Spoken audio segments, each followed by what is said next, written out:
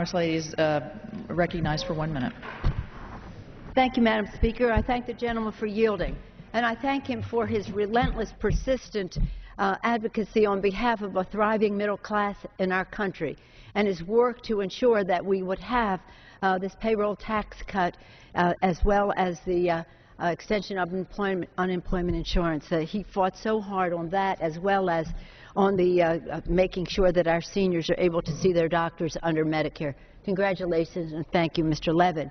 I rise today, Madam Speaker, in support of this legislation. Of course, I identify with the concerns expressed by our distinguished Mr. Hoyer and Mr. Van Hollen regarding our public employees.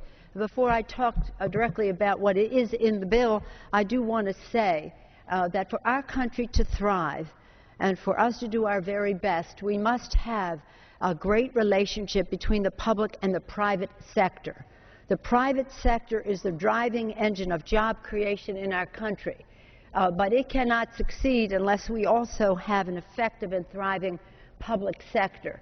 It's about so many things that relate to our public safety, the courts, the implementation of laws passed in Congress. They don't exist unless the public sector then implements. So this is a symbiotic relationship that has existed from the beginning of time in our country. And it's not a zero-sum game. We cannot say we're going to do this in the private sector at the expense of the public sector. So I salute them for their persistent leadership in recognizing the important role that the public sector plays. And it was not necessary for us to go down the path that has been taken in this bill, and I'll get to that in a moment. But first I want to say that this represents a victory for the middle class in our country, and I salute President Obama for going out there so strongly and taking this message to the American people, that it was very important for us to have a payroll tax cut for the middle class. It's important to those families because it puts $40 more into a paycheck to buy groceries, to buy gasoline, to make ends meet. But it was, in addition to being personally helpful to families, it has a macroeconomic effect, because these families will immediately spend that money, inject demand into the economy, and that is a job creator. And any economist will tell you that this is very important to continuing the economic recovery in our country. To have rejected it, as had been in the mix earlier, would have halted, if not turned back, our economic recovery. So let us recognize that we had 3 pillars that we insisted be in this package, we on the Democratic side. One, that we would have a payroll tax cut for 160 million Americans, preferably unpaid for, and that is the way it is in this bill. What is unfortunate is that we did not use our choice of a should it be paid for, the surcharge to cover the unemployment insurance. That would have been a preferable place to go, the extension of unemployment insurance. It could have also been used to pay for the SGR, the ability for seniors to see their doctors, instead of taking money out of the prevention piece of the Affordable Care Act.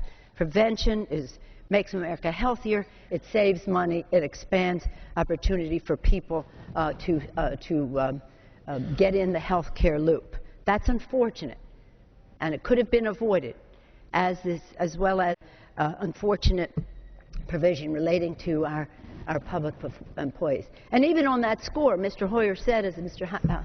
Van Hollen did, there was a further compromise that could have been made that addressed some of the needs of the Republicans to vote for this bill without doing more harm to as Mr. Hoyer said, the recruitment, the retention of public employees, the best public employees to help implement our laws.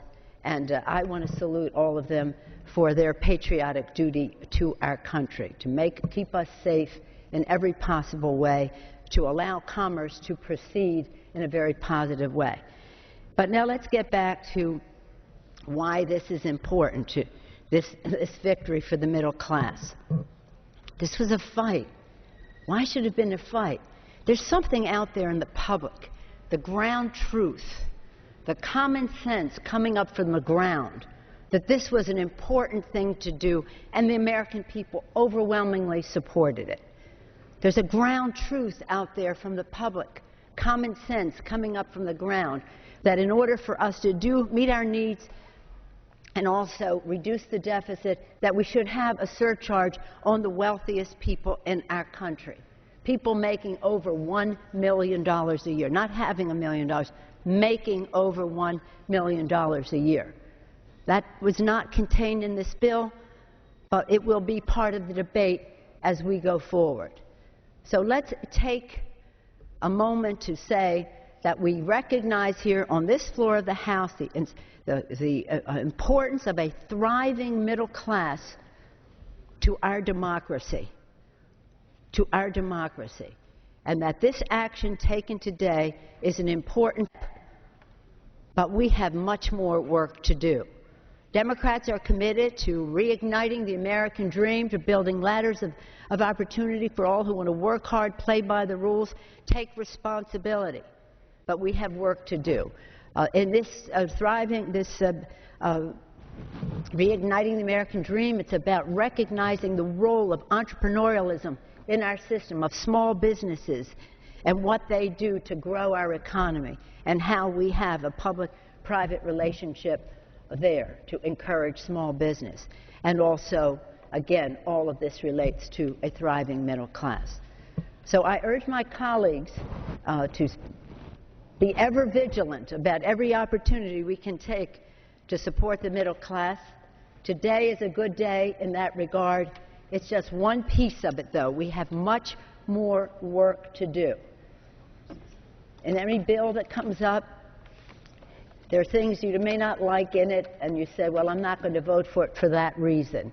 On balance, I come down in favor of supporting what the President asked us to do, which we did do, what the American people want us to do, but I don't want to go for it without registering the concern that we could have done better in this. And one place we can start on our next legislation is to look at the surcharge for the wealthiest people in America, instead of taking billions of dollars from preventive care so that we can offset the cost in here. None of it needed to be offset.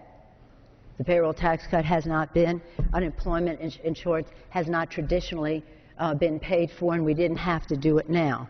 In fact, paying for it diminishes some of its stimulative effect, because economists will tell you unemployment insurance benefits paid out are immediately spent back into the Treasury. Payroll tax cut will be too, and stimulates the economy by injecting demand and creating more jobs.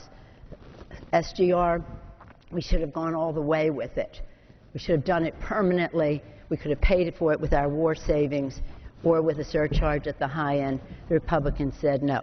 Having said all of that, the fact that we are here today is an admission and that this is the right thing to do in terms of the payroll tax cut and unemployment compensation and our seniors, and a recognition that the American people are watching, and they have little appetite for us to be fighting over what they know is the right thing to do, which is to take every action we can to grow our economy, focusing on the middle class, small business, entrepreneurial spirit, and the rest. And that, again, we have important work to do to reignite the American dream in even bigger ways.